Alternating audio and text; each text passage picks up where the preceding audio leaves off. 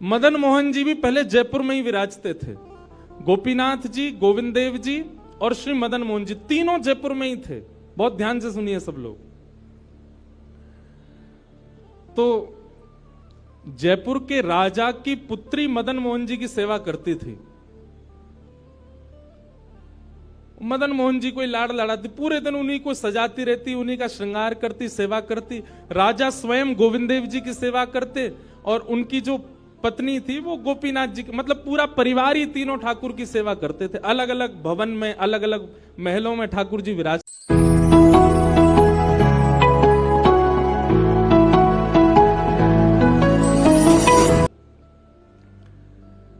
तो राजा की पुत्री का विवाह हुआ करौली राजस्थान में, जहां मदन मोहन जी अभी विराजते हैं। तो राजा की पुत्री का जब विवाह हुआ तो पुत्री से राजा ने कहा, बिटिया ये बताओ तुम्हारा विवाह है, तुमको हम दहेज में क्या दें? वैसे तो हमने सब दिया, लेकिन फिर भी तुम्हारी कोई इच्छा हो तो मांगो। उसने कहा, पिताजी मुझे सबसे ज्यादा प्रेम श्री मदन मोहन जी से है। आप, माता जी और पूरा परिवार गोविंद देव जी, गोपीनाथ जी की सेवा किया करो। मदन मोहन जी को मैं ले जाऊं अपने साथ, अपने ससुराल में इनकी सेवा करूंगी। बड़ी अच्छी कथा है, ध्यान से सुनना। राजा रोने लगा, अपनी पुत्री के चरणों में सर झुका के बोला, मुझे क्षमा कर दे पुत्री, तू जो मांगेगी सो दूंगा, पर ये मेरे हृदय है, मैं इनको नहीं दे सकता। मैं वृंदावन से मुगलों से बचा करके इनको लेके आया हूं। वैसे तो ठाकुर जी को बचने की कोई आवश्यकता, ठाकुर जी कृपा करके आए हैं जयपुर में राजा के ऊपर, पर इनको देख करके मेरे प्राण बचते हैं। तू जो मांगेगी सो दे दूंगा। पर मदन मोहन जी बोले, पिताजी गोविंद देव जी, गोपीनाथ जी हैं ना आपके पास में, मदन एक ठाकुर जी मुझको दे दो। यहां राजा की जिद हो गई, नहीं दूंगा। पुत्री की जिद हो गई कि मुझे तो चाहिए, नहीं तो मैं विदाई नहीं होंगी। राजा की पत्नी ने भी कहा, अब इतनी कह रही है तो आप दे दीजिए ना, हमारे पास 2 ठाकुर हैं, इनकी सेवा हम करेंगे विस्तार से। और वैसे भी मदन मोहन जी की पूरी सेवा बचपन से उसने ही की है। तो राजा ने एक प्रस्ताव रखा। बोले, अच्छा पुत्री एक काम करते हैं। बोले, क्या?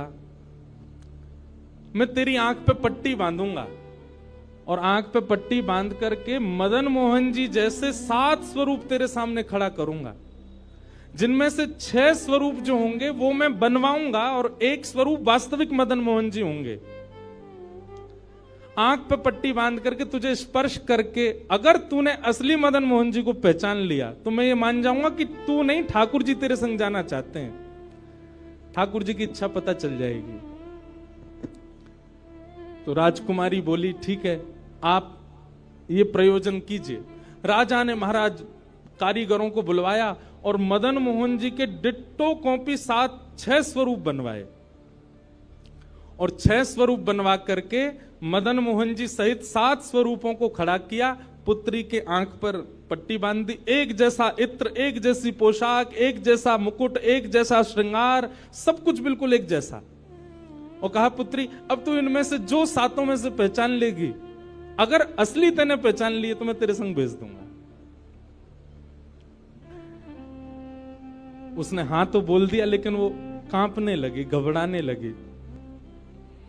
जैसे उसने नेत्रबंद किए तो कथा ऐसी है कि वो रात्रि में जब सोई, अगले दिन परीक्षण होना था, तो रात्रि में जब सोई तो बहुत रोई और ठाकुर जी से कहने लगी, नाथ मैं आपसे बहुत प्रेम करती हूं, मैं आपके बगैर नहीं रह सकती, पर मेरे पिताजी की बहुत जिद है। अब कहीं मैं आपको नहीं पहचान पाई, मेरे तो प्राण ही निकल जाएंगे, विदा होना तो बहुत दूर की बात है।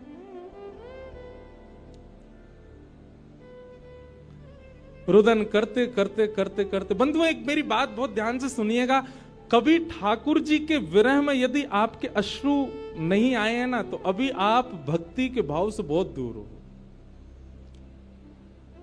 आपको वृंदावन जाना अच्छा लगता है, वृंदावन में घूमना अच्छा लगता है, राधा राधा नाम ध्वनि पर झूमना अच्छा लगता है, कथाएं, प्रवचन, सत्संग बढ़िया लगते हैं। ये सब एक प्रथम सोपान, प्रथम सीढ़ी है, पर प्रमुख सीढ़ी तो भजन मार्ग या भक्ति पथ की विरह है। अगर वो आपके चित्त में कभी ठाकुर जी के लिए नहीं आया है तो अभी आप बहुत पीछे छूटे हुए हो। रात भर रोती रही और रुदन करते करते, नाथ मैं कैसे पहचानूंगी कि आप सत्य कौन से हो।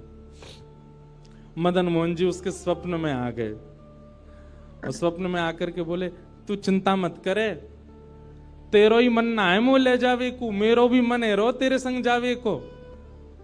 अरे जे सब मेरी सेवा तो करें पर तेरी जैसी सेवा तो कोई करेगा ना, मेरो भी बड़ो मन है तेरे संग चलवे को। तो उसने कहा, तो नाथ कुछ कृपा तो करो। बोले हाँ मैं एक काम करूंगा। बोले कहा, तू सबरे स्वरूपन को जब स्पर्श करेगी ना तो असली मदन मोहन जो मैं हूं, तू मेरे हाथन को स्पर्श करियो। तो हाथ कैसे? ऐसे। ठाकुर जी त्रिभंग लली ठाकुर जी हैं।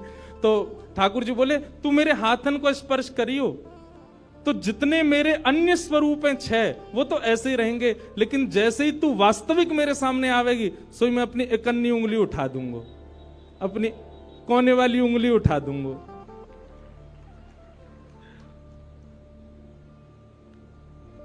ठाकुर जी कितना प्रेम करते हैं अपने भक्त से।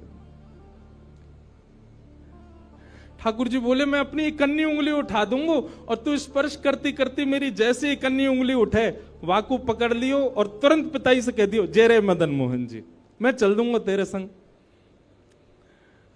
अब तो दूसरे दिन वो पिताजी के पास गए, पिताजी जल्दी करिए, कब चलना है कब। बोले तुझे तो इतना विश्वास है जैसे तू वास्तविक में मदन मोहन जी को ले ही जाएगी, लेकिन बिटिया तू भी याद रखियो मैंने ऐसे स्वरूप बनवाए कि कोई बता ही नहीं सकता कि असली मदन मोहन कौन से। बोले पिताजी आप सन्मुख पधराओ। तो महाराज भीड़ लग गई देखने वालों की, पूरा राजभवन इकट्ठा हो गया जयपुर का। 7 स्वरूप विराजमान हुए। पुत्री के आंख पर अभी विवाह हुआ, उसका विदाई नहीं हुई है, आंख पर पट्टी बांध करके और कहा जाओ, अगर मदन मोहन जी की इच्छा होगी तो तू ढूंढ ले। अब मदन मोहन जी तो पहले ही बता चुके हैं ऐसे मिलूंगा, जैसे मानो टीचर पहले ही एग्जाम पेपर लीक कर दे ये क्वेश्चन आने वाले, तैयार कर आना। उसने जाकर के जैसे स्वरूप स्पर्श करने प्रारंभ किए, पहला बोले ये नहीं है, दूसरा स्पर्श किया ये भी नहीं है। ठाकुर जी खड़े थे 5वीं पंक्ति में, 5वें वाले थे। तीसरे स्पर्श किए, बोले ये भी नहीं है। चौथे किए, बोले ये भी नहीं है। जैसे ही 5वें का स्पर्श किया और मुखमंडल का स्पर्श किया, गले का स्पर्श किया, वक्ष का स्पर्श कर, जैसे ही ठाकुर जी की भुजा पकड़ी सो ही ठाकुर जी ने अपनी एक कन्नी उंगली हिला दी और जैसे ही कन्नी उंगली हिलाई उसने तो, पिताजी यही है मदन मोहन जी। आहा, राजा के तो नेत्रों से आंसू गिर गए, चरणों में गिर गए, उठ करके अपनी बिटिया को गले से लगा लिया, कान में बोले बोले मैंने एक कन्नी उंगली हिलते हुए देख ली मुझे ये बात पता चल गई है कि भैया तेरी जिद नहीं है इनको ले जाने की, इनकी भी जिद है तेरे संग जाने की। और महाराज गाजे बाजे रथ में आरूढ़ करके श्री मदन मोहन लाल जी करौली राजस्थान को प्रस्थान किए। बोलो मदन मोहन लाल की। बिहरत निस दिन कुंज गलन में ब्रज जन मन सुख धाम, मदन मोहन को रूप निरख के, मदन मोहन को रूप निरख सनातन बल बल जाए। वृंदावन प्यारो वृंदावन, श्री वृंदावन मेरो। ये भैया ऐसे ही भजन नहीं बना है, ये ऐसे ही आपके झूमने के लिए कीर्तन नहीं, ये पूरा वृंदावन समाविष्ट करवा दिया हमारे गिरधर लाल जी ने एक ही पद में। पूरा वृंदावन विराज रहा है।